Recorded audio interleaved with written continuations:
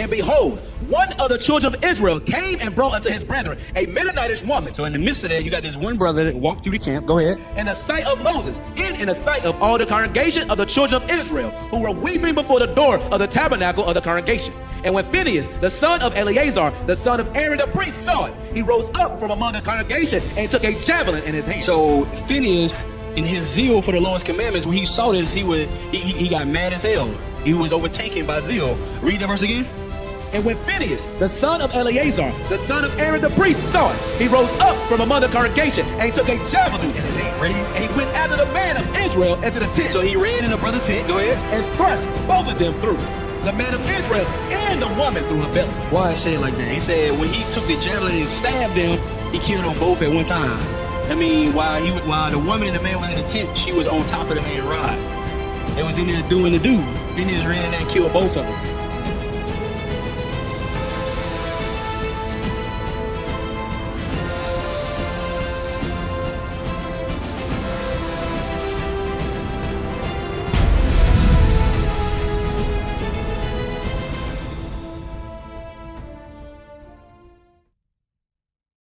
Hey, shalom, most high in Christ bless. I'm Officer Azaria. We'll be back with another class today entitled A Memorial of the Levites. Can I get a bomb? All praises, all praises. So today, well, first of all, happy Feast of Dedication. That's why I'm doing this class. I know a lot of times we talk about the Levites, and rightfully so, we deal with the Maccabean period. But today, I just want to talk about some Levites that was great before that time, right? Some of these names y'all know.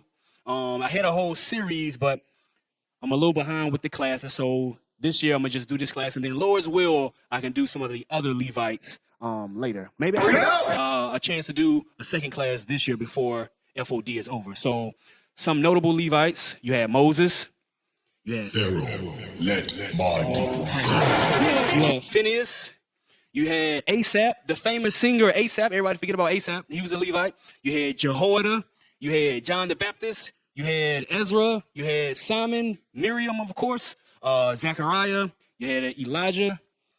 That's a big one. I'm going to leave that one alone for right now. You had Aaron. Who else? A lot of Levites, Jeremiah was a Levite. Ezekiel was a Levite. So we're going to talk about some of those brothers today. Let's see what we have some time for. We're going to start off in Job 8 and 8. So let's get it. The book of Job, chapter 8 and verse 8. The book of Job, chapter 8 and verse 8. For inquire, I pray thee, of the former age. So the scriptures say, inquire of the former age, right? Meaning our heritage. The great people that lived before our time, the Bible says to inquire of the former age. Today, as a race of people, we don't do that. Our knowledge of self only goes back as far as the slave ships, because we don't know our history is in the Bible. Read it again. For inquire, I pray thee, of the former age. Of the past. Read. And prepare thyself to the search of their fathers. So the scripture says to prepare yourself to the search of your fathers. Abraham, Isaac, Jacob, Paul, Peter, Jesus, all these great men and these women that we have in the Bible, the Lord says to prepare your mind for the search of them. Because in that, we learn, right? We gain an identity of self. Real quick, give me Romans 15 and 4. Now the book of Romans chapter 15 and verse 4. The book of Romans chapter 15 and verse 4. For whatsoever things were written aforetime. So the history that was written aforetime of our ancestors, read. Were written for our learning. That were written for our learning, read. That we, through patience and comfort of the scriptures, might have hope. So we can learn from the righteous examples that our forefathers laid down. The things that they did. So we're going to read a little bit of history today. Today, a little bit of a class on history. Let me have Genesis chapter 28. Again, a memorial of the Levites. So I just want to get a little bit of back history on some of the patriarchs. You got it? Yes, sir. Genesis 28, read verses 1 to 5. The book of Genesis chapter 28 and verse 1. And Isaac called Jacob and blessed him and charged him and said unto him, Thou shalt not take a wife of the daughters of Canaan. Arise, go to Panaram, to the house of Bethuel, thy mother's father, and take thee a wife from thence of the daughters of Laban, thy mother's brother. So this is Isaac instructing Jacob, his son, on where to get a wife from. A lot of times we don't realize, but in the what we call the biblical days, marriages was arranged. It wasn't just something that was spontaneously done the way it is today. Marriages was arranged. So Isaac is telling Jacob, hey, go to the land where your mother's people live, and I want you to take a wife from amongst those people. Read on. And God Almighty bless thee and make thee fruitful and multiply thee, that thou mayest be a multitude of people, and give the blessing of Abraham to thee and to thy seed with thee, that thou mayest inherit the land wherein thou art a stranger, which God gave unto Abraham. And Isaac sent away and went to Paneram unto Laban, son of Bethuel, the Syrian, the brother of Rebekah, Jacob's and Esau's mother. So Laban was Rebekah's brother, so Jacob's brother-in-law. That's what we would call it today. All right. So this is the start of Jacob's journey to get a wife. Genesis 29, 1 through 5. The book of Genesis, chapter 29 and verse 1. Then Jacob went on his journey and came into the land of the people of the east. And he looked, and behold, well in the field, and lo, there were 3 flocks of sheep lying by it. For out of that well they watered the flocks, and a great stone was upon the well's mouth. And thither were all the flocks gathered, and they rolled the stone from the well's mouth, and watered the sheep, and put the stone again upon the well's mouth in his place. And Jacob said unto them, my brethren, whence be ye? And they said, of Haran are we. So, brethren, notice verse 4, it says, my brethren, meaning the people of my lineage, my kindred. Whence be ye, meaning from what lineage do you come from? And they said, of Haran are we. Read the next verse. Verse 5. And he said unto them, know ye Laban, the son of Nahor?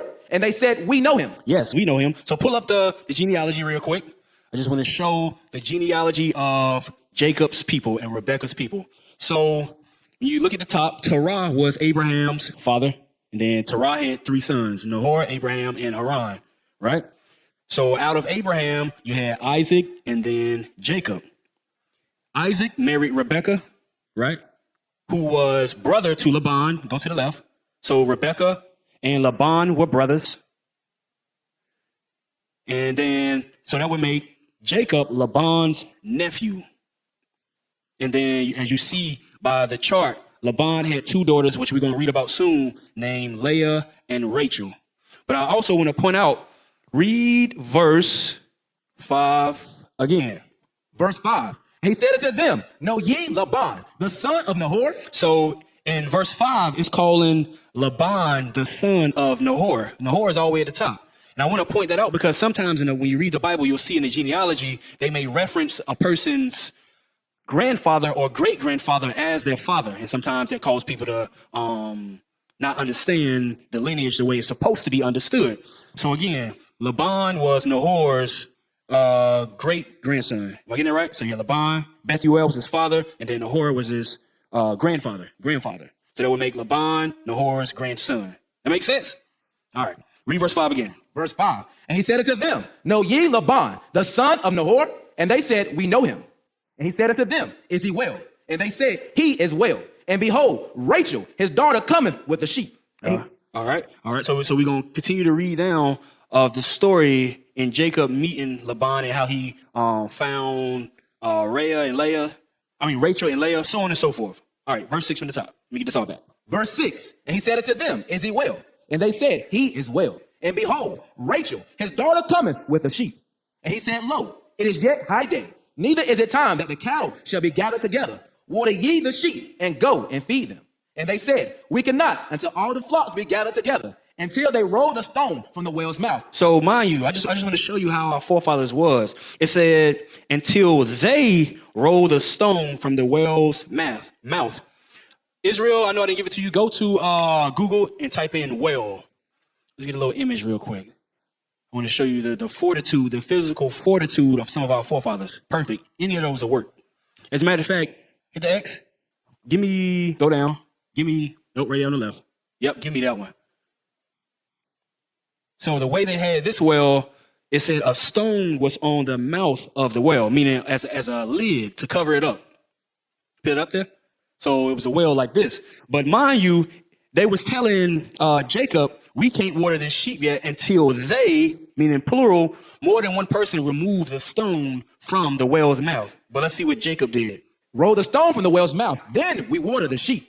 And while he yet spake with them, Rachel came with her father's sheep, for she kept them. And it came to pass, when Jacob saw Rachel, the daughter of Laban, his mother's brother, and the sheep of Laban, his mother's brother, that Jacob went near and rolled the stone from the well's mouth. You see what happened? He removed the stone off the well himself. That gives you an idea of how strong our forefathers were. The men is telling him we can't water the sheep until somebody else come and help us. But Jacob was so strong, he was able to remove the stone himself. Now, it doesn't say this, but in my mind, I'm thinking like Jacob trying to show off. You know what I mean? It's like he tried to show off. But it's all good. The Lord had it in the plans for it to work out to where he was going to marry Rachel and Leah. Read on. And watered the flock of Laban, his mother's brother. Okay. And Jacob kissed Rachel and lifted up his voice and wept. All right. So let's go to Genesis. Let's see. Read on. So we're going to read 11 to 34 now. Verse 12. And Jacob told Rachel that he was her father's brother and that he was Rebekah's son. And she ran and told her father. So he told her that I'm of your kindred. And when she heard it, she ran and told her father. Go ahead. And it came to pass, when Laban heard the tidings of Jacob, his sister's son, that he ran to meet him and embraced him and kissed him and brought him to his house. A kiss of salutation. That's what that's talking about. Go ahead. And he told Laban all these things. And Laban said to him, surely thou art my bone and my flesh. And he abode with him the space of a month. So he stayed with Laban a month. Read. And Laban said unto Jacob, because thou art my brother, shouldest thou therefore serve me for naught? Tell me, what shall thy wages be? And Laban had 2 daughters. The name of the elder was Leah, and the name of the younger was Rachel. Leah was tender-eyed, but Rachel was beautiful and well-favored. So Leah, she wasn't, Leah wasn't a dime piece, but it said Rachel was beautiful.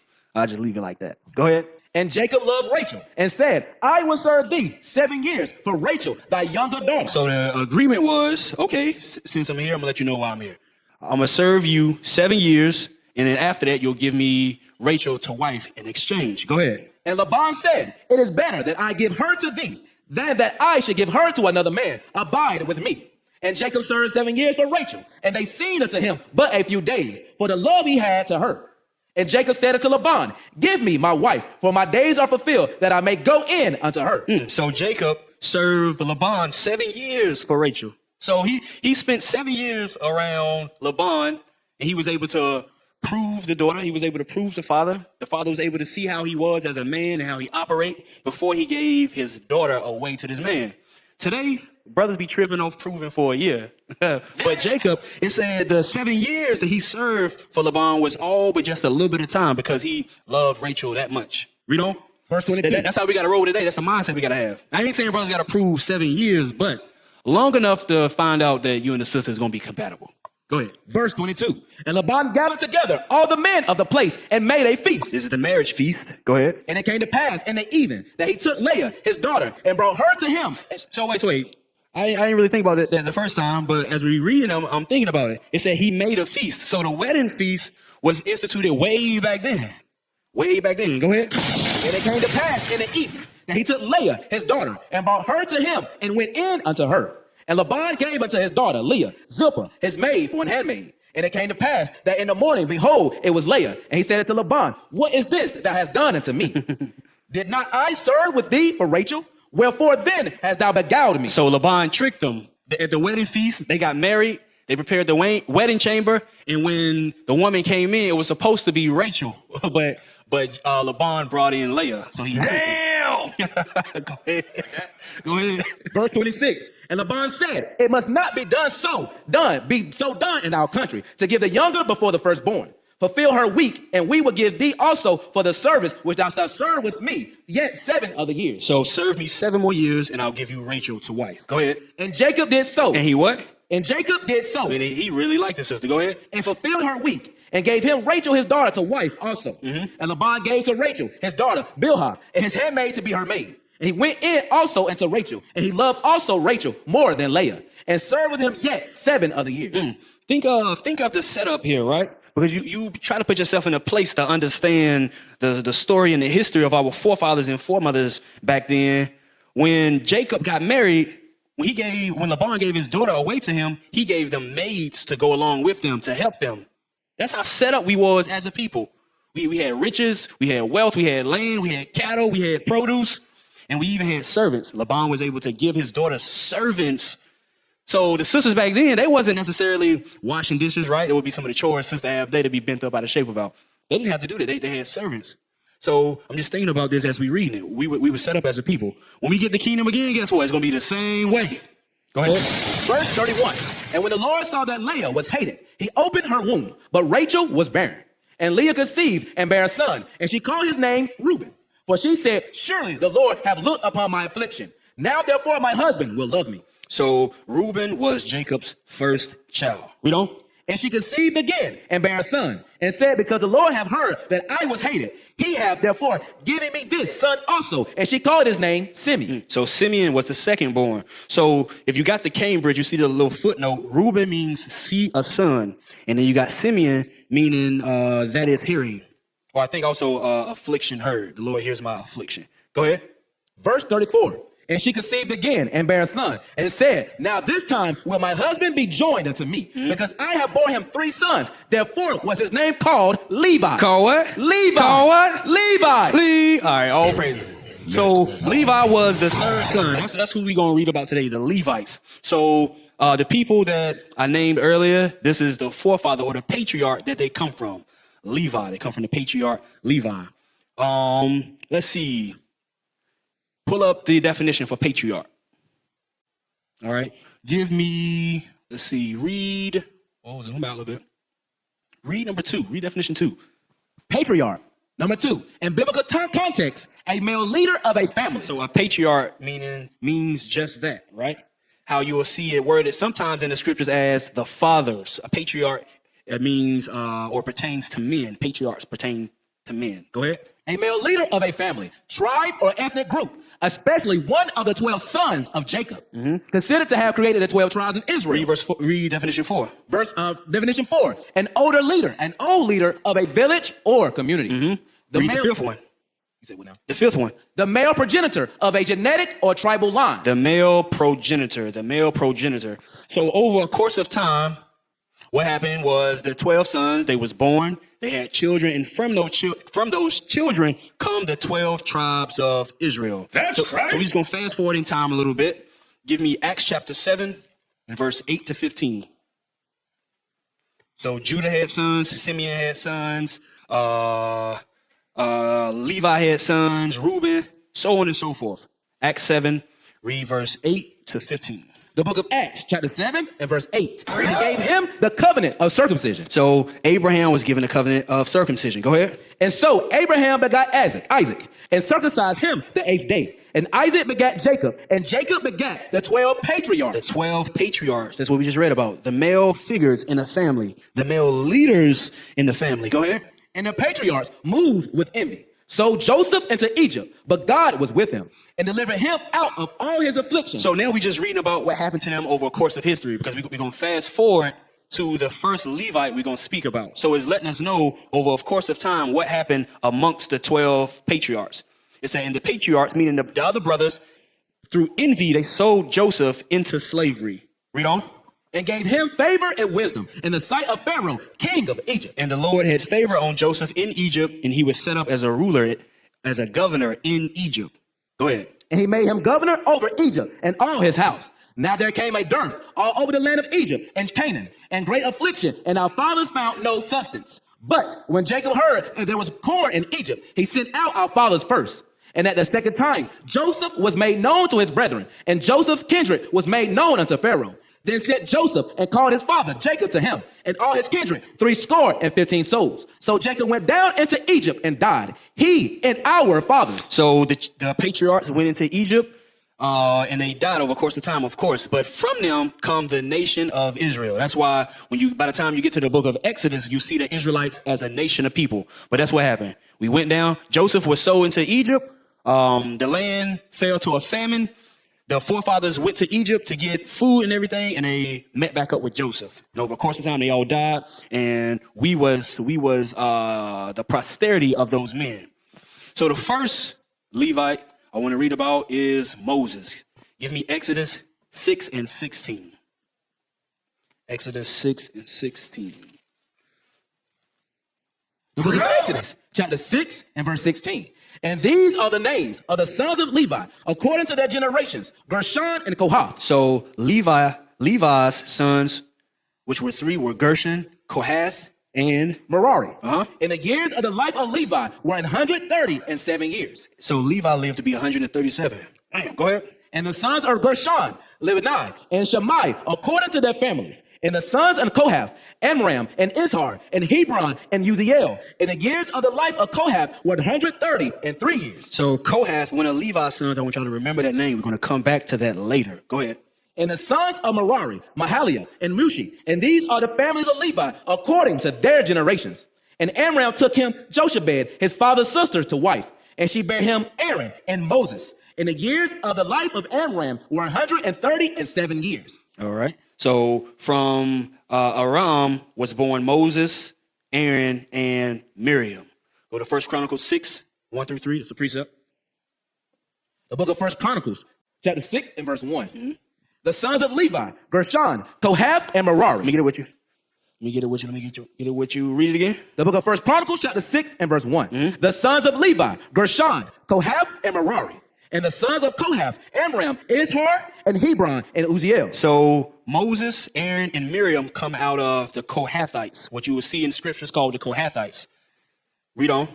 And the children of Amram. Of Amram, which comes from Kohath. Go ahead. Aaron, and Moses, and Miriam, the sons also of Aaron. So that's it. Aaron, Moses, and Miriam. So we know those three were Levites out of the Kohath family of the Levites. And then you had the Merari family of the Levites, and then you had the Gershon family of the Levites. That's important. You got to understand those three families, because within those three families were given the responsibilities that was pertaining to the priesthood. Now, that's what that goes into when you read in Numbers, Leviticus, so on and so forth. Let me have Sirach. Let me see, chapter 44 and verse 1, a memorial of the Levites.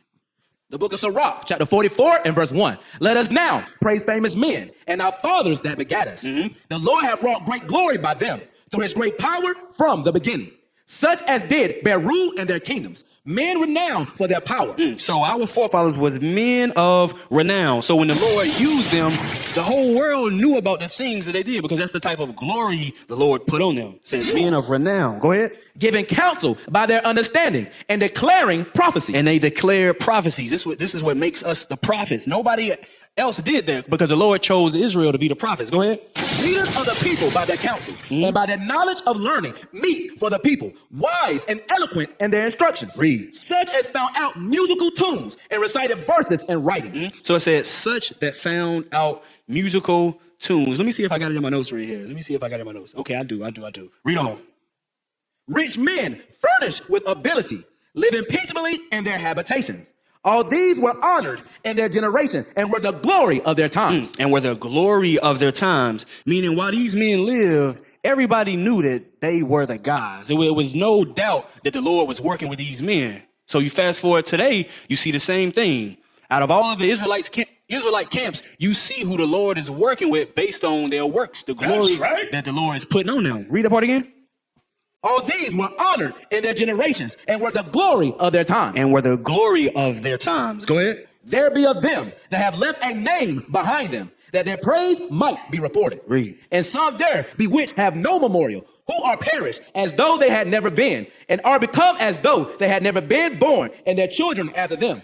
But these were merciful men whose righteousness have not been forgotten. Why? Because we got to speak on their memorial. We got to bring these things up every now and then so that we don't forget. Yes, these things have been written in the Bible, but it's on us to speak about the great deeds that our forefathers did. Go ahead. With their seed shall continually remain a good inheritance, and their children are within the covenant. Their seed standeth fast, and their children for their sakes. Their seed shall remain forever, and their glory shall not be blotted out. How do we know that their seed remain forever? Because we here today, we the children of these great people we read about in the Bible. Go ahead. Their bodies are buried in peace, but their name liveth forevermore. Chapter 45 and read verse 1. The book of Sirach, chapter 45 and verse 1. And he brought out of him a merciful man, which found favor in the sight of all flesh. So when Moses was alive, this is talking about Moses. It said Moses found favor in the sight of the Lord amongst all of the other men that were living. That's how it was always with our forefathers. Abraham, the Lord chose him out of the multitude of men that were upon the earth at the time. That's how the Lord always did. Go ahead. Even Moses, beloved of God and men, whose memorial is blessed.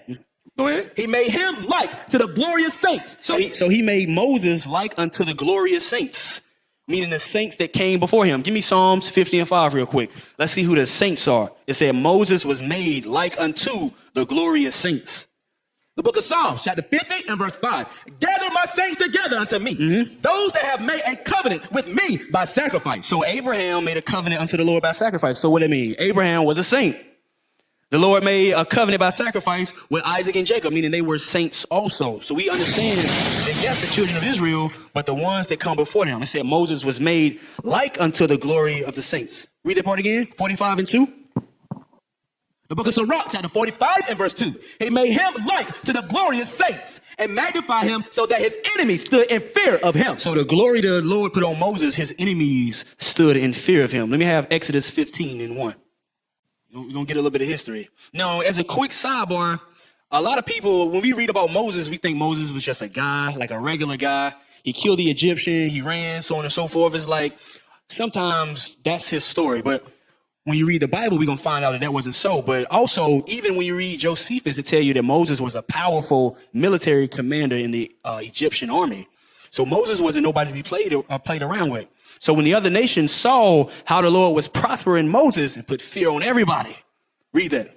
The book of Exodus, chapter 15 and verse 1. Then sang Moses and the children of Israel. Then sang who? Then sang Moses. Then sang who? Then sang Moses. So you remember, let me go back. Let's not forget the start. Go back to Sirach 44 again. Remember it said the leaders of past time found out, how it worded? Melodies? Musical tunes, 44 and 5 again. The book of Sirach, chapter 44 and verse 5. Such as found out musical tunes. So you got to remember, now it's going into the history of the forefathers. Moses had a song. It said, and sang Moses.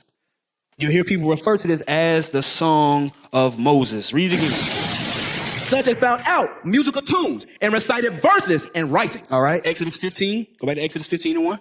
The book of Exodus, chapter 15 and verse 1. Then sang Moses and the children of Israel this song unto the Lord, and spake, saying, I will sing unto the Lord, for he have triumphed gloriously. The horse and his rider have thrown into the sea. Read. The Lord is my strength and song, and he is become my salvation. He is my God, and I will prepare him an habitation. All right, so Moses had a song, as such as found out musical tunes. Jump to verse 11. Verse 11. Who is like unto thee, O Lord, among the gods? Who is like thee, glorious in holiness, fearful in praises, doing wonders? Thou stretchest out thy right hand, the earth swallowed them. Thou in thy mercy hast led forth the people which thou hast redeemed. Thou hast guided them in thy strength unto thy holy habitation. The people shall hear and be afraid. Remember, it said Moses was his enemies. How word? Go back. I'm butchering it. Go back. Help me out. Go back to Sirach 45 and verse 2 again, I believe. It said Moses' enemies was in fear of him. I want to make sure I'm wording it right, though. Yes, sir. The book of Sirach, chapter 45 and verse 2. He made him like to the glorious saints and magnified him so that his enemies stood in fear of him. So that Moses' enemies stood in fear of him. Now we reading about that because the Exodus just happened. When the Exodus happened, everybody heard about that. It wasn't a small thing. The firstborn of all of the Egyptians was killed, noble and the common man. And Egypt was the superpower on the earth at the time, so it wasn't a small thing. When the Lord led the children of Israel out of Exodus, it was a big thing. Everybody knew about it. And I'm going to prove that in the scriptures. Go back to Exodus 15. Read verse 14 again. The book of Exodus, chapter 15 and verse 14. The people shall hear and be afraid. Sorrow shall take hold on the inhabitants of Palestine. Then the dukes of Edom shall be amazed. The mighty men of Moab. The mighty men of Moab. Go ahead. Trembling. What? Trembling. So the mighty men of Moab, trembling, shall take hold upon them. I'm going to show you something. Go to Judith. Go to Judith real quick. Let me tie it together. So we reading about when we just came out of Egypt. Now fast forward to the Persian Mede captivity, and they still talking about the triumph of Israel, the glory that the Lord put on us when he brought us up out of Egypt. Read Judith 5 and 2.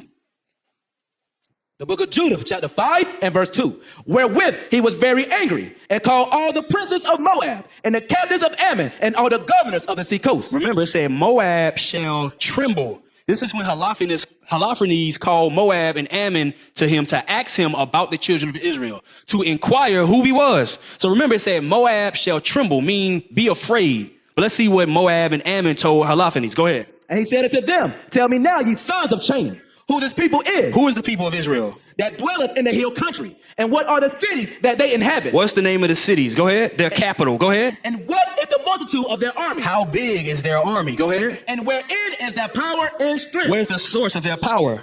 and what king is set over them, Who is their king? Read. or captain of their army. Go ahead. And why have they determined not to come and meet me more than all the inhabitants of the west? Read. Then said Achior, the captain of all the sons of Ammon, Remember, Ammon and Moab are brothers. That's the Chinese and Japanese today. Go ahead. let my Lord now hear a word from the mouth of thy servant, and I will declare unto thee the truth concerning this people. I'm going to tell you about this people. Verse 6. Verse 6, this people are descendant of the Chaldeans, and they sojourned herefore in Mesopotamia, because they would not follow the gods of their fathers, which were in the land of Chaldea. This is talking about Abraham, because they would not follow the gods of their fathers. Let me show you that real quick. I didn't have it wrote down, but let me show you. Go to Joshua chapter 24 and read verse 2. The book of Joshua, chapter 24 and verse 2. And Joshua said unto all the people, thus saith the Lord God of Israel, your fathers dwelt on the other side of the flood. Meaning before the flood. Remember, Noah came after Abraham. Go ahead. In old time, even to Ra, the father of Abraham and the father of Nahor, and they served other gods. They serve other gods. So when the Lord called Abraham to him, he was separating Abraham from his family because they served the gods of the nations. That's what was going on with Abraham. Real quick, go to Genesis 11. Let me just show that real quick. The book of Genesis, chapter 11 and verse 31.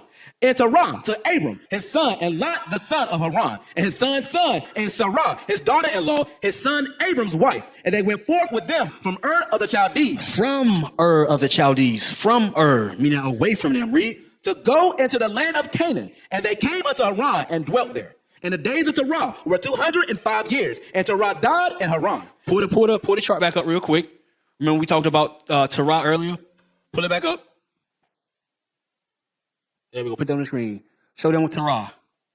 So this is talking about Abraham's father. Now watch this. 12 and 1. The book of Genesis, chapter 12 and verse 1. Now the Lord had said unto Abram, get thee out of thy country and from thy kindred. And from thy kindred. Go ahead. And from thy father's house unto a land that I will show thee. Why? Because Abraham's people were idolaters. So the Lord was separating Abraham from his people. It's the same way. Like when we come in the truth, the Lord wake us up.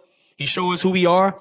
And then a lot of times what happened is the Lord will separate us from our worldly family because he be trying to deal with us. A lot of times our worldly family, they don't accept the truth. But it was the same way with Abraham. The Lord had to separate him first, and then he could start to deal with Abraham and show him what his will was. So go back.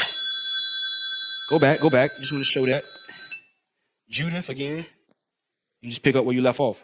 The book of Judith, chapter 5 and verse 7. And they sojourned herefore in Mesopotamia, because they would not follow the gods of their fathers, which were in the land of Chaldea. For they left the way of their ancestors and worshiped the God of heaven. And Abraham worshiped the God of heaven. Go ahead. The God whom they knew. So they cast them out of the face of their gods, and they fled into Mesopotamia and sojourned there many days. Then their God commanded them to depart from the place where they sojourned, and to go into the land of Canaan, where they dwelt, and were increased with gold and silver, and with much buried cattle. Go ahead. But when a famine covered all the land of Canaan, they went down into Egypt. So this is what we just read in Acts.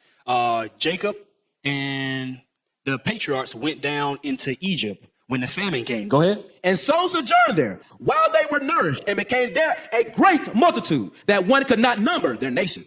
Therefore the king of Egypt rose up against them, and dealt subtly with them, and brought them low with labor and brick, and made them slaves. We were slaves in Egypt 400 years. Go ahead. Then they cried unto their God, and he smote all the land of Egypt. And he smote all the land of Egypt. Go ahead. With incurable plagues. So the Egyptians cast them out of their sight. So mind you, you got this Ammonite, who's Moab's brother, giving the history on our forefathers. He giving them the rundown on everything that happened. He was able to do this because whenever the Lord worked miracles for us, everybody knew. That's why I said Moses' enemies stood in fear of him. Go back. Go back to Exodus 15. The book of Exodus, chapter 15, verse 15. And the dukes of Edom shall be amazed. Esau is Edom. Go ahead. The mighty men of Moab, trembling, shall they take hold upon them. All the inhabitants of Canaan shall melt away. Fear and dread shall fall upon them by the greatness of thy arm. They shall be as still as a stone, till thy people pass over, O Lord, till the people pass over, which thou hast purchased. All right, which thou hast purchased. So Moses' enemies stood in fear of him. Also, give me Jeremiah 23 and 7 and 8. Jeremiah 23, 7 and 8. The book of Jeremiah, chapter 23 and verse 7. Now, Jeremiah was Babylonian captivity. Let's see what it says about Jeremiah concerning the Exodus. Go ahead. Therefore, the book of Jeremiah, chapter 23 and verse 7. Therefore, behold, the days come, saith the Lord, that they shall no more say, the Lord liveth, which brought up the children of Israel out of the land of Egypt. You see how it's still speaking about Egypt? You got this reoccurring theme where it was known amongst everybody what the Lord done through Moses for the children of Israel. Go ahead. But the Lord liveth, which brought up and which led the seed of the house of Israel out of the north country. So what it's saying here in Jeremiah is going to come a time where the Lord deliver us from Babylon the Great. Here in America, in the places we scattered, it's not going to be spoken about anymore what happened in Egypt. It's going to be spoken about us being delivered from the north country. Or in other words, here in Babylon the Great. Go ahead. And from all the countries whither I had driven them, and they shall dwell in their own land. And we're going to dwell in our own land. That's why the nation is going to fear us at that time. Because look at it. When we were slaves in Egypt, we was considered a base people. We were the slaves. We built the pyramids, all those things. The treasure city of Ramses, we built that. And we was just the slaves. The niggas, how they say today, the spicks, the beaters. That's how they talk about it today. But the Lord is going to deliver us, and our renown is going to go throughout the whole nation again. That's the Lord. That's the glory the Lord going to put back on the nation of Israel. That's right. So like the scripture said in Romans 15:4, you got to read these things for comfort. You got to read these things to know who our forefathers is, to learn our great history. Yeah. All right.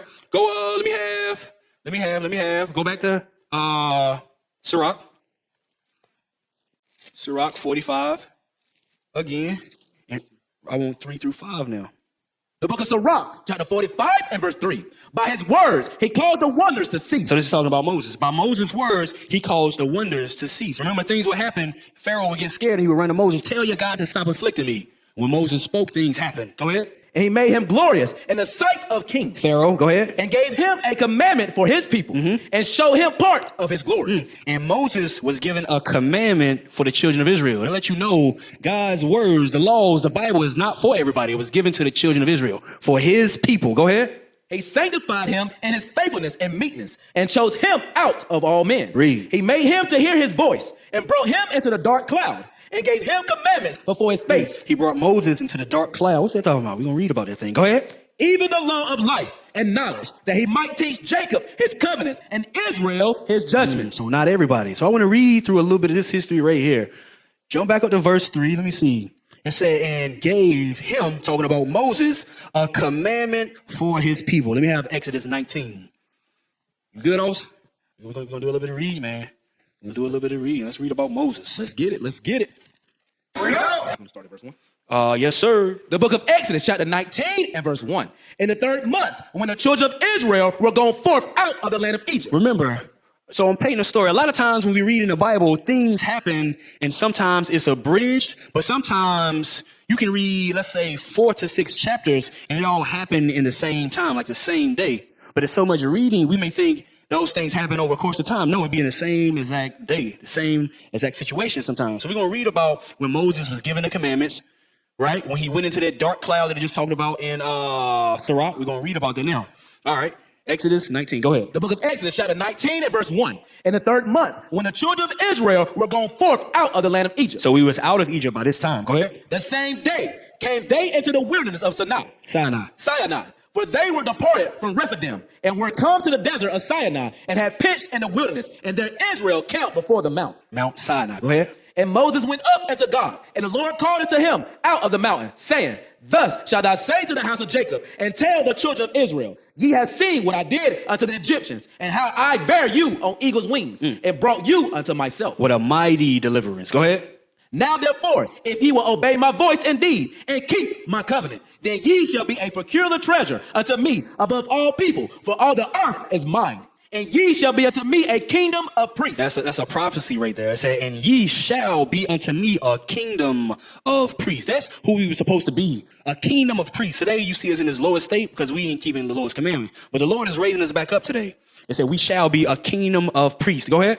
In an holy nation. These are the words which thou shalt speak unto the children of Israel. And Moses came and called for the elders of the people, and laid before their faces all these words which the Lord commanded him. And all the people answered together and said, all that the Lord has spoken, we will do. And Moses returned the words of the people unto the Lord. And the Lord said unto Moses, lo, I come unto thee in a thick cloud. In a what? In a thick cloud. Go ahead. That the people may hear when I speak with thee, and believe thee forever. And Moses told the words of the people unto the Lord. And the Lord said unto Moses, go into the people and sanctify them today and tomorrow, and let them wash their clothes. So the Lord told Moses to tell the people to sanctify themselves before the Lord, make themselves holy. Jump to verse 16. Verse 16. And it came to pass on the third day in the morning that there were thunders and lightnings and a thick cloud upon the mount, and the voice of the trumpet exceeding loud, so that all the people that was in the camp trembled.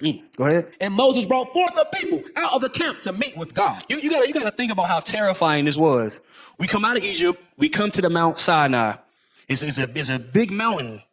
And when we see it the first time, it just looked like a regular mountain. But when the Lord appeared on the mountain, it's engulfed. The apex of the mountain is engulfed by a dark cloud. Just think about the things the Lord was showing the Israelites during that time. And then you still got us giving Moses all these problems in the wilderness. After we saw all these miracles, we're stiff-necked people. I mean, I'm just trying to rationalize what it's saying. Go ahead.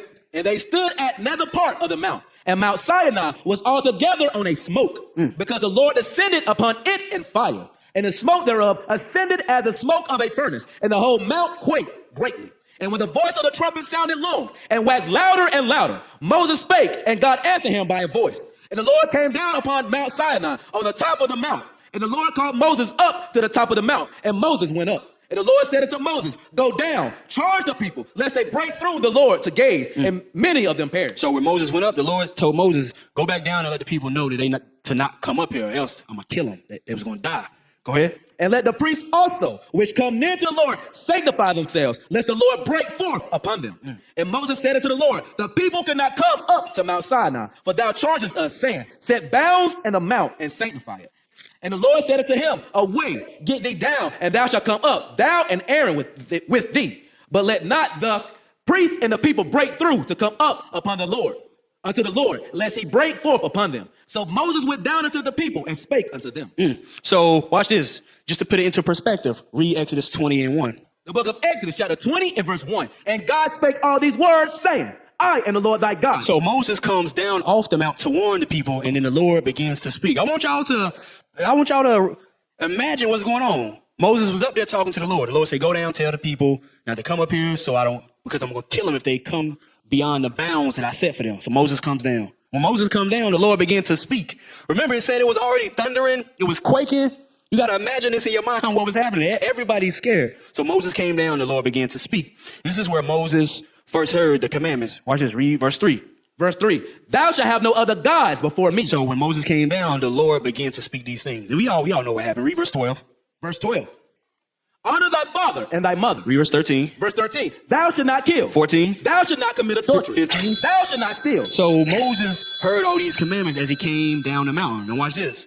Jump to verse 18. Verse 18. And all the people saw the thunderings and the lightnings and the noise of the trumpet and the mountain smoking. And when the people saw it, they removed and stood afar off. They backed up. Go ahead. And they said unto Moses, speak thou with us, and we will hear. But let not God speak with us, lest we die. Go ahead. And Moses said unto the people, fear not, for God is come to prove you, and that his fear may be before you, before your faces, that ye sin not. And the people stood afar off, and Moses drew near unto the thick darkness where God was. So it's saying Moses drew near unto the thick darkness where God was. He didn't go all the way up yet and say he drew near. I want y'all to picture this. As we read, we're going to see how Moses, he didn't all go up at one time into the mountain. It was like he went up in levels. Go to Exodus 24:1. So it said Moses drew near unto the dark cloud. Now watch this. Now, when you read chapter 21, when you read chapter 22, when you read chapter 23, when Moses approached the mountain and at the low level, the Lord gave him some commandments. That's what you read in those 3 chapters. I'm going to say it again. Chapter 21, 22, and 23, the Lord gives Moses some commandments. But then watch this. Read Exodus 24:1. The book of Exodus, chapter 24 and verse 1. And he said unto Moses, come up unto the Lord, thou and Aaron, Nadab and Abihu, and 70 of the elders of Israel, and worship ye afar off. So now the Lord tell Moses, bring Aaron, Nadab, and Abihu, which was Aaron's sons, and the 70 elders of Israel, and I want y'all to worship where y'all at the mount. Go ahead. And Moses alone shall come near the Lord, but they shall not come nigh. neither shall the people go up with him. Read. And Moses came and told the people all the words of the Lord and all the judgments, and all the people answered with one voice and said, all the words which the Lord has said we will do. And Moses wrote all the words of the Lord and rose up early in the morning and built an altar under the hill and 12 pillars according to the 12 tribes of Israel. And he sent young men of the children of Israel, which offer burnt offerings and sacrifice peace offerings of oxen unto the Lord. And Moses took half of the blood and put it in basins, and half of the blood he sprinkled on the altar. And he took the book of the covenant and read in the audience of the people. And they said, all that the Lord have said, we will do and be obedient. They confirm the words of the law. I want to point out, when you read in Hebrews, we're not going to touch it, but it said Moses, he took the blood and sprinkled it on the altar. Go ahead. Read verse 8. Verse 8, and Moses took the blood and sprinkled it on the people. He took the hyssop, he dipped it in the blood and sprinkled it on the people. Go ahead. And said, behold. Can you imagine when Moses doing this? It's just, everybody just covered with blood. What the hell you doing, Moses? Go ahead. Behold, the blood of the covenant, which the Lord hath made with you concerning all these words. And then went up Moses and Aaron and Nadab and Abihu and 70 of the elders of Israel. And they saw the God of Israel. And there was under his feet, as it were, paved work of sapphire stone, and as it were the body of heaven in his clearness. As it were the body of heaven in his clearness. This was what was under his feet. Message. I'm going to leave that alone. Go ahead. And upon the nobles of the children of Israel, he laid not his hand. Also, they saw God and did eat and drink. Read. And the Lord said unto Moses, come up to me into the mount, and be there, and I will give thee tables of stone and a law and commandments which I have written, that thou mayest teach them. That thou mayest teach the children of Israel. So the Lord is calling Moses up further into the mountain. Go ahead. And Moses rose up, and his minister Joshua. Who?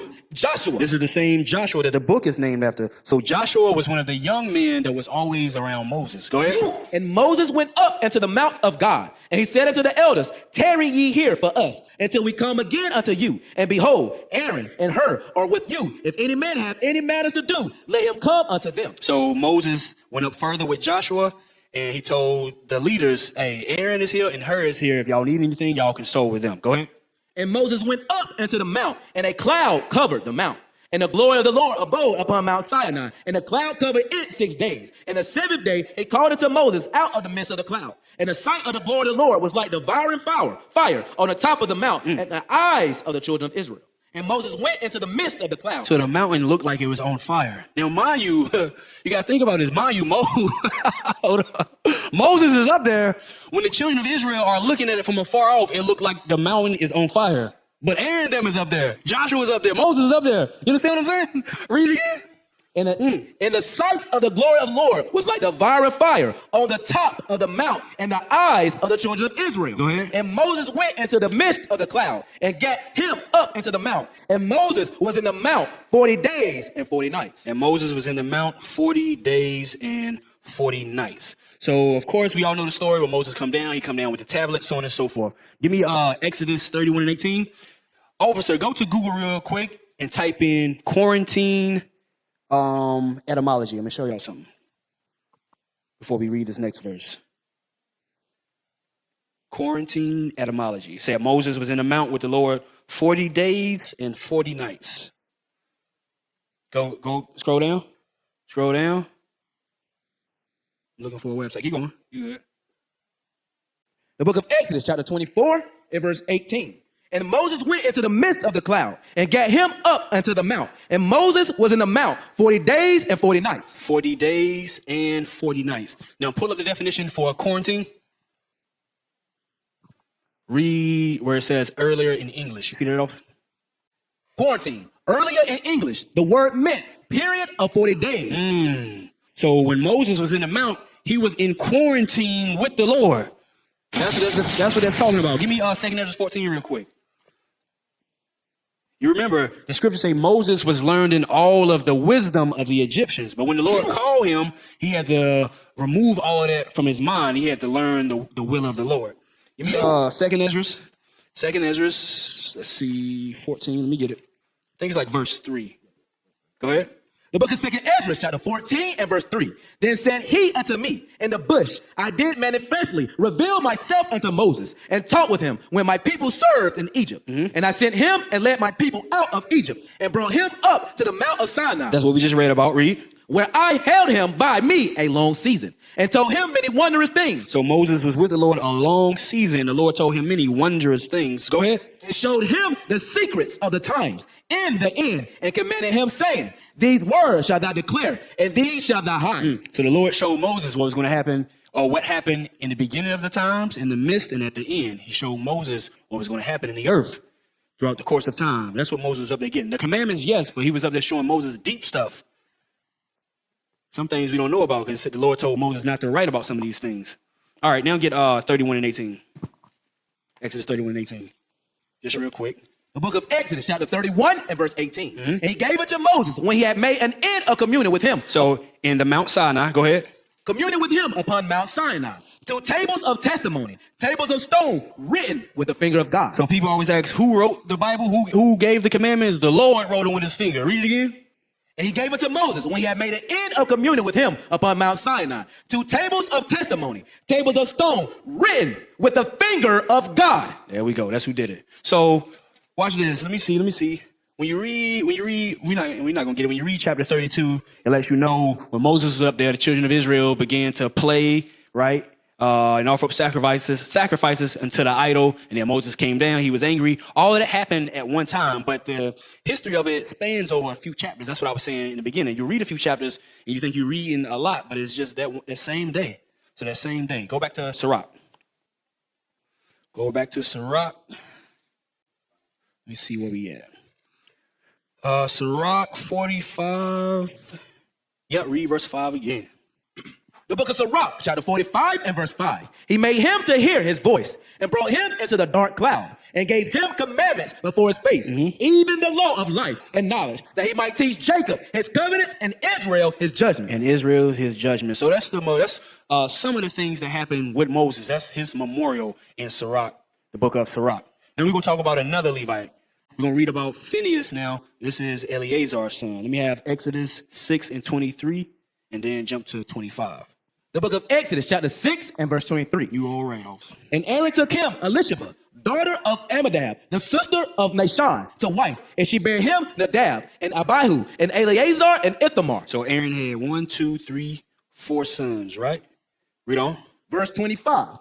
And Eleazar, Aaron's son, took him one of the daughters of Putiel. So remember, we just read one of Aaron's sons' name was Eleazar. Then we're reading about Eleazar's sons. Go ahead.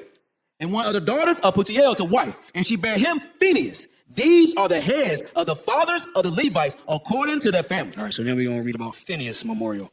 Sirach 45 and 23. Book of Sirach, chapter 45 and verse 23.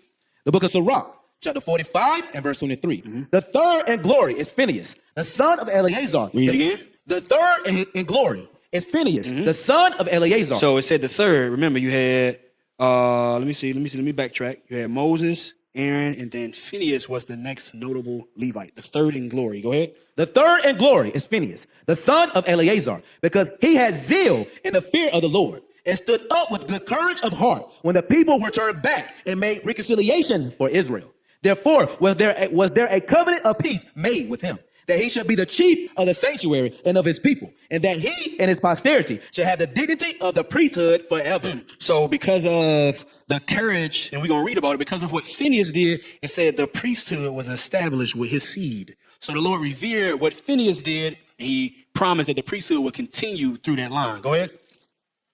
Verse 25. According to the covenant made with David, son of Jesse of the tribe of Judah, that the inheritance of the king should be to his posterity alone. So the sons of David was promised the kingdom. They were the kings. But watch this. Go ahead. So the inheritance of Aaron should also be unto his seed. But Phineas was given the promise of the inheritance, he was given the promise of the priesthood. That's what I'm trying to say. Go ahead. Read on. God give you wisdom in your heart to judge his people in righteousness, that their good things be not abolished, and that their glory may endure forever. All right, all praises. So let's read about Phineas now. Numbers 25. The book of Numbers, chapter 25, and verse 1. Verse 1. And Israel abode in Shittim, and the people began to commit whoredom with the daughters of Moab. Read. And they called the people unto the sacrifices of their gods. And the people did eat and bow down to their gods. And Israel joined himself unto Baal Peor, And the anger of the Lord was kindled against Israel. So it said we took on strange wives, and the Lord was upset. The book of Numbers, chapter 25 and verse 4. And the Lord said unto Moses, take all the heads of the people and hang them up before the Lord against the sun, that the fierce anger of the Lord may be turned away from Israel. And Moses said unto the judges of Israel, slay ye every one his men that were joined unto Baal-peor. So this is what happened. We took on strange wives. The Lord was angry, and Moses, by authority, gave the okay to kill everybody who had committed whoredom by taking on these strange wives. Read on. And behold, one of the children of Israel came and brought unto his brethren a Midianitish woman. So in the midst of that, you got this one brother that walked through the camp. Go ahead. In the sight of Moses, and in the sight of all the congregation of the children of Israel, who were weeping before the door of the tabernacle of the congregation. And when Phineas, the son of Eleazar, the son of Aaron the priest, saw it, he rose up from among the congregation and took a javelin in his hand. So Phineas, in his zeal for the Lord's commandments, when he saw this, he got mad as hell. He was overtaken by zeal. Read that verse again. And when Phineas, the son of Eleazar, the son of Aaron the priest, saw it, he rose up from among the congregation and he took a javelin in his hand. Read. And he went after the man of Israel into the tent. So he ran in the brother's tent. Go ahead. And thrust both of them through, the man of Israel and the woman through her belly. Why I say it like that? He said when he took the javelin and stabbed them, he killed them both at one time. I mean, while the woman and the man was in the tent, she was on top of the man rod. They was in there doing the do. Phineas ran in there and killed both of them. Read again.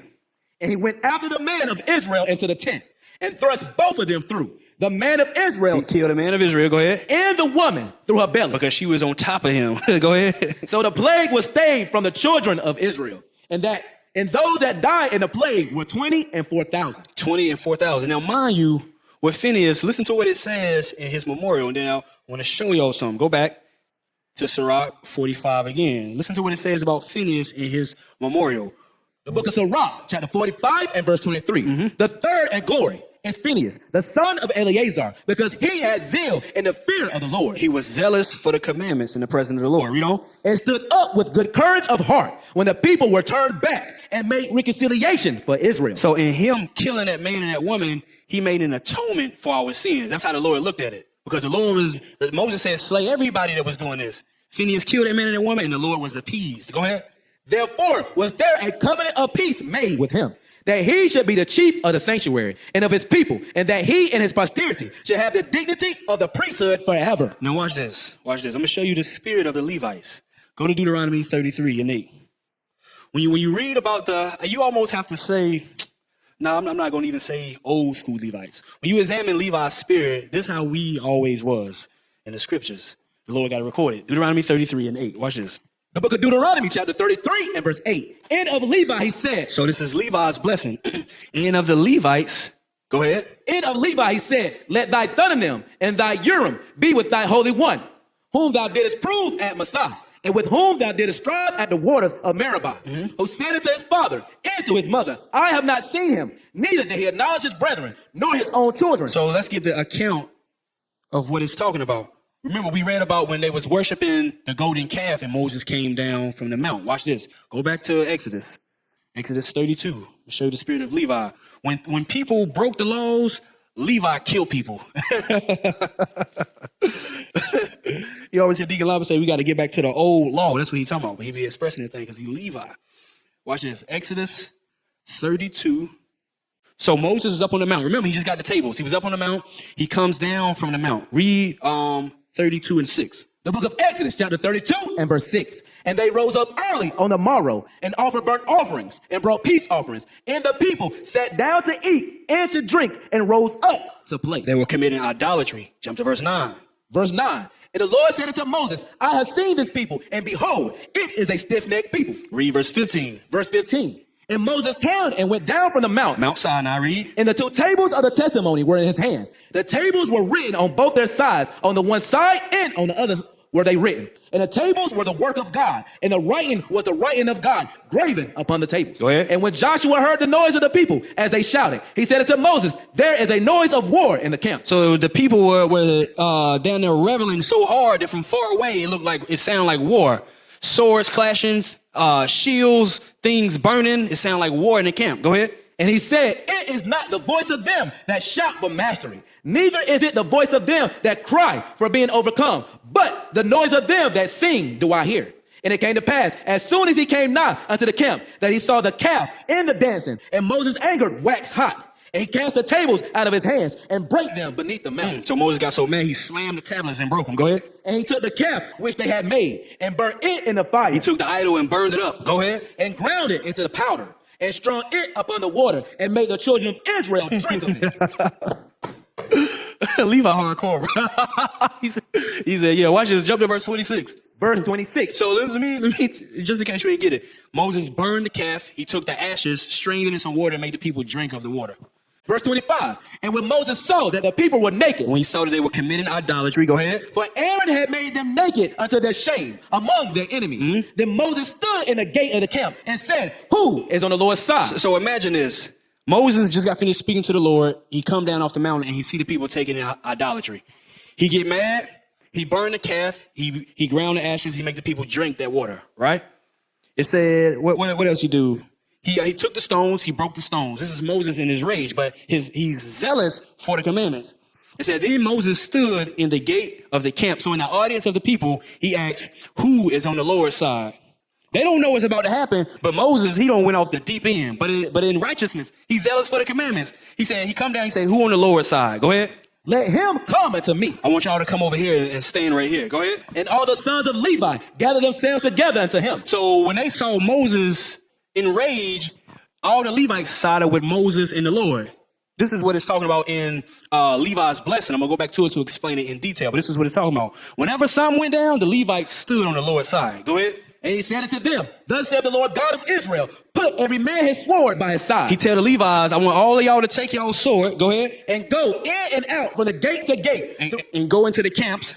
Throughout the camp and slay. And what? And slay. Read. Every man his brother. Kill your brothers. And every man his companion. Kill your neighbors. And every man his neighbor. And your neighbors. So everybody that was caught up in that idolatry, Levi was given the order to kill everybody. That's the spirit that the Levites had on them. That's why you see the Maccabean brothers so zealous the way they were. That's the spirit. Go ahead. And the children of Levi did according to the word of Moses. And there fell of the people that day about 3,000 men. So the Levites killed 3,000 people. Go ahead. For Moses had said, consecrate yourselves today to the Lord, even every man upon his son. Even every man kill his son if they was caught up in their wickedness. Go ahead. And upon his brother. Go ahead. That he may bestow upon you a blessing this day. So it said, in killing those 3,000 men, the Levites garner a blessing to themselves. That's what it means when it says, consecrate yourselves today to the Lord. In them killing the people that was caught up in idolatry, they were like Phineas. They made an atonement for the sins that had been committed. Now, we can't do that today, but I'm showing you how zealous Levi was. Go back to Deuteronomy 33 again. Read Levi's blessing.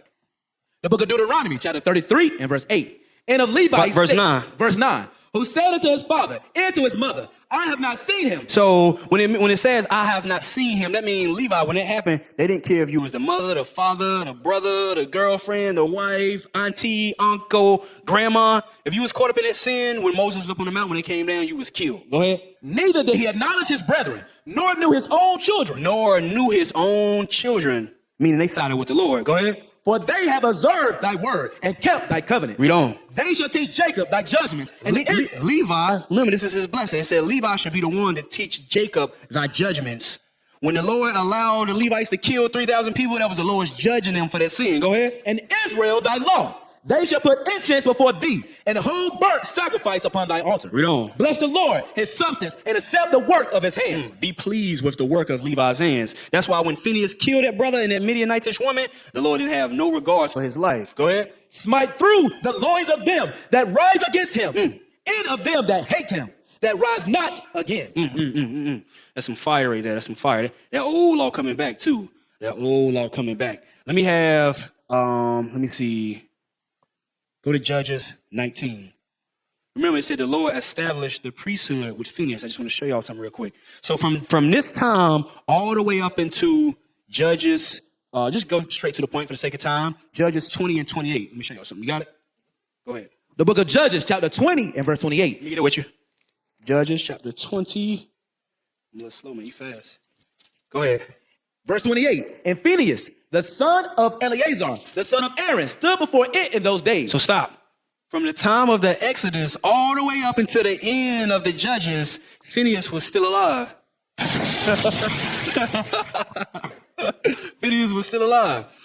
Dang, so it said, read it again. And Phineas, the son of Eleazar, the son of Aaron, stood before it in those days. So I looked up about how much time that was. Phineas lived to be like almost 400 years old. The Lord bless. That's what that his memorial means. The Lord bless him in his days. So the particular time that it's talking about is when the Levite brother went into the city and the Benjamite brothers took his concubine and raped him. What the scriptures is telling us, Phineas was still alive when that stuff happened. He was very old, but the Lord had blessed Phineas to live a few hundred years. That's crazy. Go back to Sirach 45. Phineas lived a long time, man. Lord knows, I hope I got some of that blood. Yep. Read Sirach 45 and then read verse 24 again. The book of Sirach, chapter 45 and verse 24. It's talking about Phineas. Go ahead. Therefore was there a covenant of peace made with him, that he should be the chief of the sanctuary and of his people, and that he and his posterity should have the dignity of the priesthood forever. They should have the dignity of the priesthood forever. Read on. According to the covenant made with David, son of Jesse, of the tribe of Judah, that the inheritance of the king should be to his posterity alone. So the inheritance of Aaron should also be unto his seed.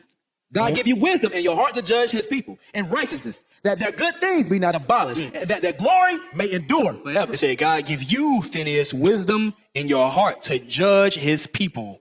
When all that happened in Judges, Phineas lived through all of that. He was one of the Levites that stood to judge the people at that time. Samuel, let me have 1 Samuel 1 and 1. Yes, Samuel was a Levite. Can I get a bomb, please? All praise. Hey, somebody told me the other day Samuel was from Issachar. Nah, he was a Levite. Go ahead. The book of 1 Samuel, chapter 1 and verse 1. Now there was a certain man, a Ramoth of Amazim, of a Mount Ephraim, and his name was Elkanah, the son of Jeroham. So Samuel's father name was Elkanah.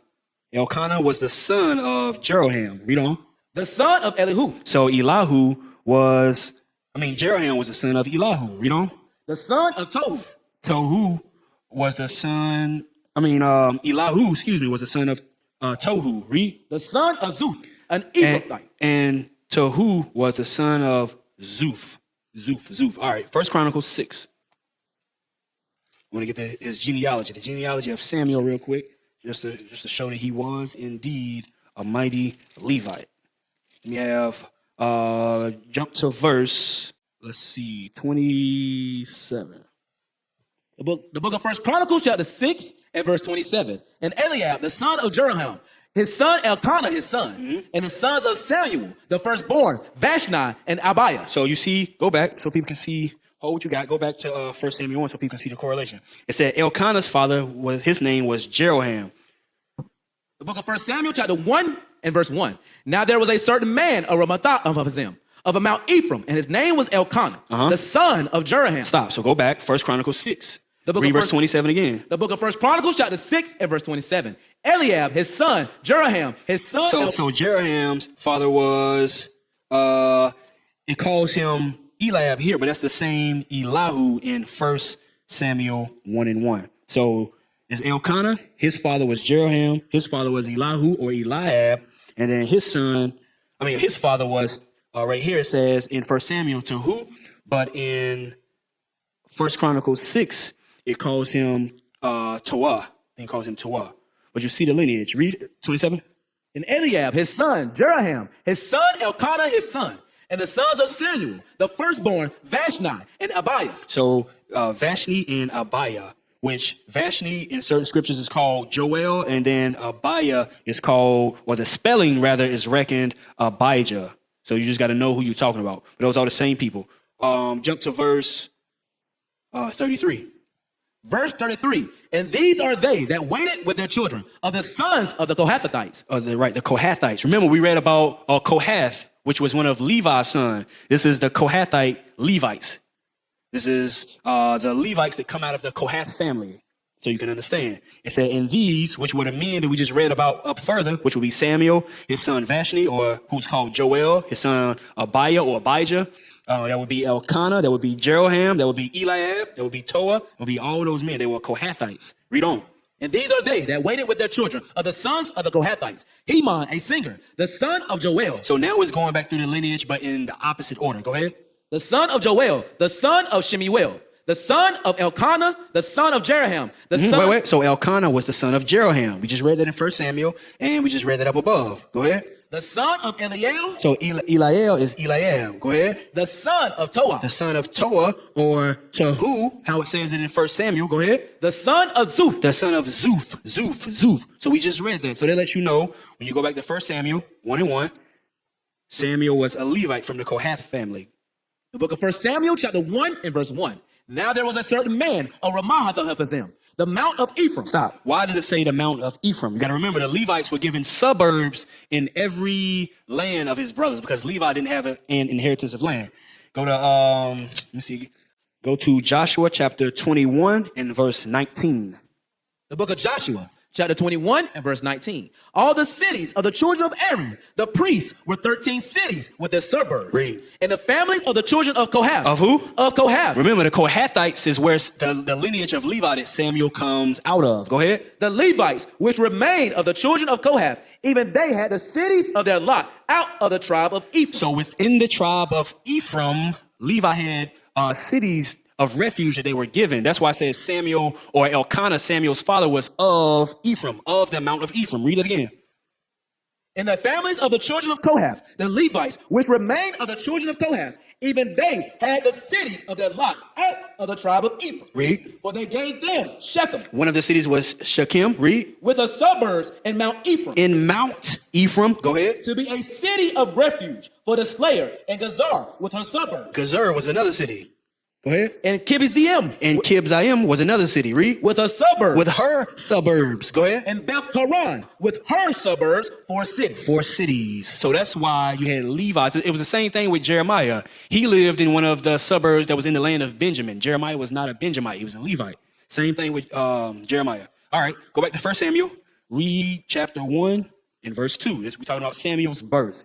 You got it? Mm-hmm. Go ahead. The book of 1 Samuel, chapter 1 and verse 2. And he had 2 wives. The name of one was Hannah, and the name of the other Peninnah. And Peninnah had children, but Hannah had no children. And this man went up out of his city, yearly to worship and to sacrifice unto the Lord of hosts in Shiloh. And the 2 sons of Eli and Hophni and Phineas, the priests of the Lord, were there. And when the time was that Elkanah offered, he gave to Peninnah his wife, and to all her sons and her daughters portions. But unto Hannah he gave a worthy portion. So this Phineas is not the same Phineas that we just talked about. This is Eli's son Phineas. Go ahead. I just want to make that differentiation. Go ahead. But unto Hannah he gave a worthy portion, for he loved Hannah, but the Lord had shut up her womb. And her adversary also provoked her sore, for to make her fret, because the Lord had shut up her womb. So this is Elkanah who had 2 wives. He had Hannah and another wife. So again, we're reading about an instance where our forefathers, they had a wife. They had 2 wives, and one of them was barren, and one of them could have children. So even when you examine that, brothers wasn't just taking wives just to have more than one wife. It was out of necessity a lot of the time. Go ahead. Verse 7. And as he did so year by year, when she went up to the house of the Lord, so she provoked her. Therefore she wept and did not eat. Then said Elkanah, her husband, to her, Hannah, why weepest thou? And why eatest thou not? And why is thy heart grieved? I'm not I better to thee than 10 sons? So he was trying to cheer his wife up. Go ahead. So Hannah rose up after they had eaten in Shiloh, and after they had drunk. Now Eli, the priest, sat upon a seat by a post of the temple of the Lord. And she was in bitterness of soul, and prayed unto the Lord, and wept sore.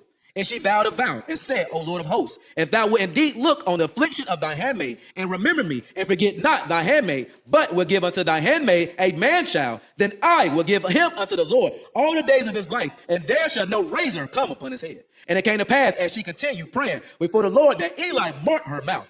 Now Hannah, she spake in her heart. Only her lips moved, but her voice was not heard. Therefore Eli thought she had been drunken. Go ahead. And Eli said unto her, how long wilt thou be drunken? Put away thy wine from thee.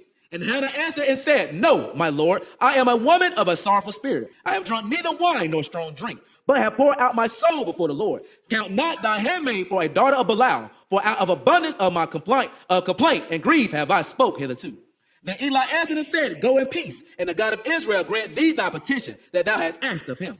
And she said, Let thy handmaid find grace in thy sight. So the woman went her way and did eat, and her countenance was no more sad. And they rose up in the morning early and worshiped before the Lord, and returned and came to the house to Ramah. And Elkanah knew Hannah his wife, and the Lord remembered her. Wherefore it came to pass, when the time was come about, after Hannah had conceived, that she bare a son, and called his name Samuel. Called him what? His name Samuel. Read. Saying, Because I have asked him of the Lord. So this is the birth of the prophet Samuel. All right, go to Sirach. Sirach 46 and 11. The book of Sirach, chapter 46 and verse 11. And concerning the judges, every one by name, whose heart went not a whoring, nor departed from the Lord, let their memory be blessed. So we're talking about the judges, which Samuel was. Samuel was a judge. He was a notable one because he lived during that time, but for whatever reason, the Lord, we have a book named, two books named Samuel, which speaks about the mighty works that he did. So Samuel was a prophet, Samuel was a Levi, Samuel was a judge. Go ahead. Verse 12, let their bones flourish out of their place. So let the bones of the judges flourish out of their place. Speaking about their memorial, it's twofold, but we'll keep it basic. Go ahead. And let the name of them that were honored be continued upon their children. In their posterity. Go ahead. Samuel. Who? Samuel. Who? Samuel. Read. The prophet of the Lord, beloved of his Lord, established a kingdom and anointed princes over his people. So it said by Samuel, but the Lord using Samuel, it said he established a kingdom because Samuel anointed Saul and David. Read that again. Samuel, the prophet of the Lord, beloved of his Lord, established a kingdom and anointed princes over his people. Read on. By the law of the Lord, he judged the congregation. He what? He judged the congregation. Read. And the Lord had respect unto Jacob. Read on. By his faithfulness, he was found a true prophet. And by his word, he was known to be faithful in vision. So it said by his faithfulness, he was found a true prophet. And by his word, he was known to be faithful in vision. I'm going to tell you what that means real quick. Go to 1 Samuel 3 and 19. This is what it means when it says Samuel was faithful in vision. He was faithful in vision. Go ahead. The book of 1 Samuel chapter 3 and verse 19. And Samuel grew, and the Lord was with him. So he grew, and the Spirit of the Lord was with him. Go ahead. And did let none of his words fall to the ground. When it said none of Samuel's words fell to the ground, I mean, whenever Samuel said something out of his mouth, it happened. That's how much respect the Lord had into Samuel. When he spoke, it happened. Things moved. It wasn't like how we have today. Today, we have a portion of the Spirit where we will prophesy, we'll say certain things, and they come to pass. Sometimes because we have to battle with this flesh, we may be off sometimes. It wasn't like that with Samuel. When he spoke, things happened. Go back. Go back to Sirach 46 and read verse 15 again. The book of Sirach, chapter 46 and verse 15. By his faithfulness, he was found a true prophet. And by his word, he was known to be faithful in vision. He called upon the mighty Lord when his enemies pressed upon him on every side. When he offered the sucking lamb, and the Lord thundered from heaven with a great noise, made his voice to be heard. When in this particular account, it said, when it thundered from heaven, the Lord made his voice to be heard. So it was the Lord speaking. Go ahead. And he destroyed the rulers of the Tyrians and all the princes of the Philistines. Let's read about that account. 1 Samuel 4, 1 to 11. The book of 1 Samuel, chapter 4 and verse 1. Let's read how Samuel judged the people. Go ahead. And the word of Samuel came to all Israel. Now Israel went out against the Philistines to battle. So remember, it said when Samuel spoke, none of his words fell to the ground. Whenever he spoke, it happened. Go ahead. And pitched beside Ebenezer. And the Philistines pitched in Aphek. And the Philistines put themselves in array against Israel. And when they joined battle, Israel was smitten before the Philistines. And they slew out of the army in the field about 4,000 men. So we went to the Lord, allowed the Philistines to come against us and conquer us in battle, to win in battle. Go ahead. And when the people were come into the camp, the elders of Israel said, Wherefore have the Lord smitten us today? Why did the Lord allow the Philistines to win in the battle? Go ahead. Before the Philistines, let us fetch the ark of the covenant of the Lord out of Shiloh unto us, that when it cometh among us, it may save us out of the hand of our enemies. So the solution was, okay, we lost the battle. Let's get the ark of the covenant so that the Lord will fight with us. But look at what the Lord did. Go ahead. So the people sent to Shiloh, that they might bring from thence the ark of the covenant of the Lord of hosts, which dwelleth between cherubims. And the two sons of Eli, Hophni and Phineas, were there with the ark of the covenant of God. And when the ark of the covenant of the Lord came into the camp, all Israel shouted with a great shout. so that the earth rang again. Read. And when the Philistines heard the noise of the shout, they said, what meaneth the noise of this great shout in the camp of the Hebrews? What is that noise we hear? Remember, we was just conquered in battle. The Philistines were trying to figure out what's going on. Go ahead. And they understood that the ark of the Lord was come into the camp. And the Philistines were afraid, for they said, God is come into the camp. Oh, man, the Lord's going to fight for them. That's the mindset. Go ahead. And they said, woe unto us, for there have not been such a thing heretofore. Now watch this. Read the next verse. Woe unto us, who shall deliver us out of the hand of these mighty gods? Destruction unto us Philistines, who shall deliver us from the hand of the children of Israel now? Because now their God is going to fight for them. Go ahead. These are the gods that smote the Egyptians with all the plagues in the wilderness. You remember how we read earlier and I told you the Lord made all of Moses' enemies to fear, to be afraid of him? It was still being spoken about even then. Our deliverance from Egypt was still revered and feared even during this time right here. Read again. Woe unto us, who shall deliver us out of the hand of these mighty gods? These are the gods that smote the Egyptians with all the plagues in the wilderness. Read on. Be strong and quit yourselves like men, O ye Philistines, that ye be not servants unto the Hebrews, as they have been to you. Quit yourselves like men and fight. Read. And the Philistines fought, and Israel was smitten, and they fled every man into his tent. And there was a very great slaughter, for there fell of Israel 30,000 footmen. So we thought the Lord was going to fight for us, but the Lord did not. We end up losing again once the Philistines came up against us. Go ahead. And the ark of God was taken, and the two sons of Eli, Hophni and Phineas, were slain. So here's the setup. We going through the time of the judges. The Philistines come up against us, but because we in idolatry, the Lord don't fight for us. We go get the Ark of the Covenant. We think the Lord is going to be with us, but because we in sin, the Lord allow us to lose again against the Philistines, even though we got the Ark of the Covenant. Remember, it said there was great joy in the city when they brought back the Ark because we thought the Lord was going to fight for us. But you got to remember, when you read further on in Judah 5, the Ammonite was saying, if these people sin not, the Lord is going to fight for them. Let's get that real quick. But because we was in sin, the Lord didn't fight for us. Let's get that real quick. The book of Judah, chapter 5 and verse 20. Now therefore, my Lord and governor, if there be any error in this people, and they sin against their God, let us consider that this shall be their ruin, and let us go up, and we shall overcome them. But, Go ahead. But if there be no iniquity in their nation, let my Lord now pass by, lest that Lord defend them, and their God be for them, and we become a reproach before all the world. So that was understood by all the nations. When we in righteousness, the Lord gonna fight for us. But when we in wickedness, they can overcome us. That's why it's so important for us to keep the commandments today, because when we do, the Lord will fight our battles. That's right. Go back to 1 Samuel 4. Read that last verse again. The book of 1 Samuel, chapter 4 and verse 11. And the ark of God was taken, and the two sons of Eli, Hophni and Phineas, were slain. All right, so let me fill y'all in over the next few chapters because we're not gonna read them. What happened is, because we was in sin, when the Ark of the Covenant was taken into the land of the Philistines, the Lord began to jack the Philistines up. He was killing them. He was smiting them with boils and emerods. The Lord was jacking the Philistines up. So the Philistines took the Ark of the Covenant into another city and they just left it. They took it in and they ran away.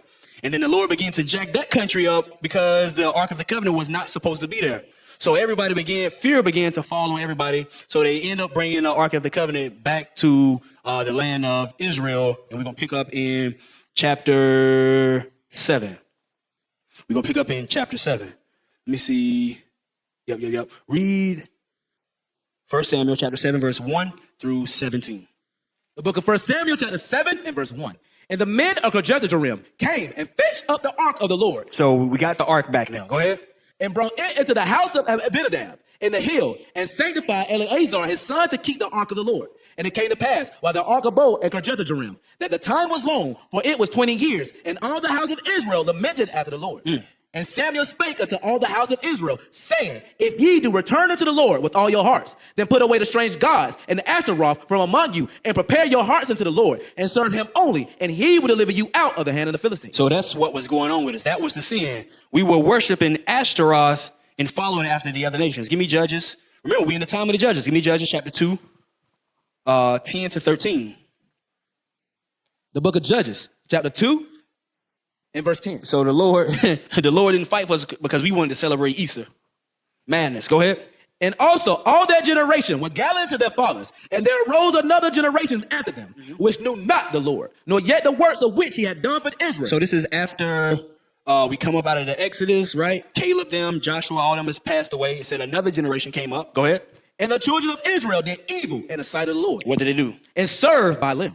And they forsook the Lord, God of their fathers, which brought them out of the land of Egypt, and followed other gods of the other people that were round about them, and bowed themselves unto them, and provoked the Lord to anger. And they forsook the Lord, and served Baal and Ashtaroth. And served Baal and Ashtaroth. That's what Samuel was talking about that we just read in 1 Samuel 7 and 3. Give me Judges 3 and 5. The book of Judges, chapter 3 and verse 5. Read the verse 7. And the children of Israel dwelt among the Canaanites, Hittites, Amorites, and Perizzites, and Hivites, and the Jebusites. And they took their daughters to be their wives, and gave their daughters to their sons, and served their gods. And the children of Israel did evil in the sight of the Lord. So they took on wives and husbands of the nations that was round about us, which Tobit says is whoredom. We're not supposed to do that. That was one of the laws. Was that all? And forget the Lord their God, and serve Baalim and their groves, in the groves. And serve Balaam. This is Baal that we just read in Judges 2 and 10. Give me Judges 10 and 6. Judges 10 and 6. The book of Judges, chapter 10 and verse 6. And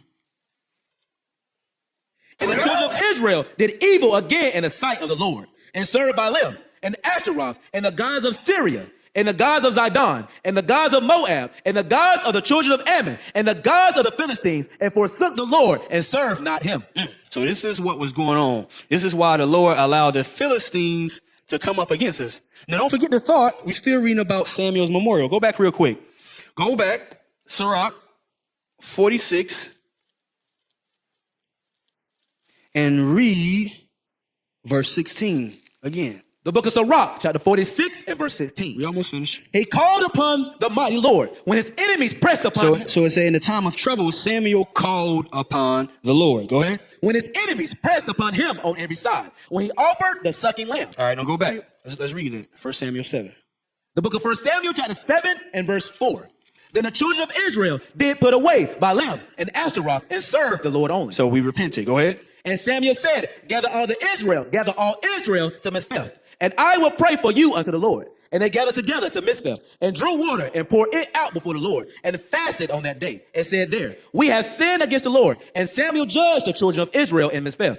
And when the Philistines heard that the children of Israel were gathered together to Mizpeh, the lords of the Philistines went up against Israel. And when the children of Israel heard it, they were afraid of the Philistines. And the children of Israel said to Samuel, cease not to cry unto the Lord. This is what it was talking about. Samuel went to the Lord on behalf of the nation of Israel. Go ahead. Cease not to cry unto the Lord, our God, for us, that he will save us out of the hand of the Philistines. And Samuel took a sucking lamb and offered it for a burnt offering, holy unto the Lord. And Samuel cried unto the Lord for Israel, and the Lord heard him. And as Samuel was offering up the burnt offering, the Philistines drew near to battle against Israel. But the Lord thundered with a great thunder on that day upon the Philistines, and discomfited them, and they were smitten before Israel. Read. And the men of Israel went out to Mizpeh, and pursued the Philistines, and smote them until they came under Bethkar. So we was able to overcome in this battle because Samuel made intercession for the nation of Israel. Go ahead. Then Samuel took a stone and set it between Mizpeh and Sheen, and called the name of it Ebenezer, saying, hitherto hath the Lord helped us. So the Philistines were subdued, and they came no more into the coast of Israel. And the hand of the Lord was against the Philistines all the days of Samuel.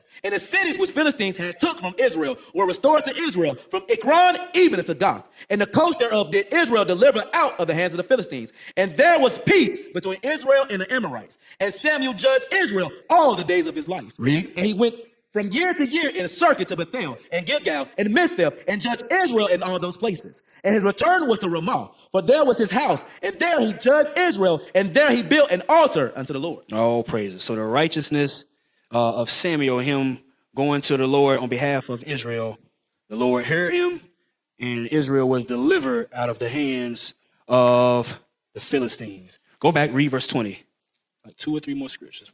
Yes, sir. You finished. Book of Sirach, chapter 44 and verse 1. Let us now praise famous men. So the scripture said we're supposed to praise famous men, the men that came before us. The Lord saying, let their bones flourish out of their place. This is how we keep the history and things of our forefather alive. We praise famous men. Go ahead. Let us now praise famous men, and our fathers that begat us. The Lord have wrought great glory by them. By our fathers, the Lord have worked great glory. We seen how Moses was given the laws, how he went into the mountain engulfed with fire and talked to the Lord. He came down and executed judgment for the sins of the people. All these things are glorious in the eyes of the Lord. We see how Phineas, through zeal, killed a Midianitish woman and the man who was in sin. We see how Samuel judged the nation of Israel, right? The Lord said, let us praise famous men. Go ahead. The Lord have wrought great glory by them through his great power from the beginning, such as did bear rule in their kingdoms. Such as did bear rule in their kingdoms. Go ahead. Men renowned for their power. Men renowned for their power. And these are just some of the works. I just went over the works that's spoken about in their memorial. I didn't speak about the plagues that Moses did when he was in Egypt through the Lord.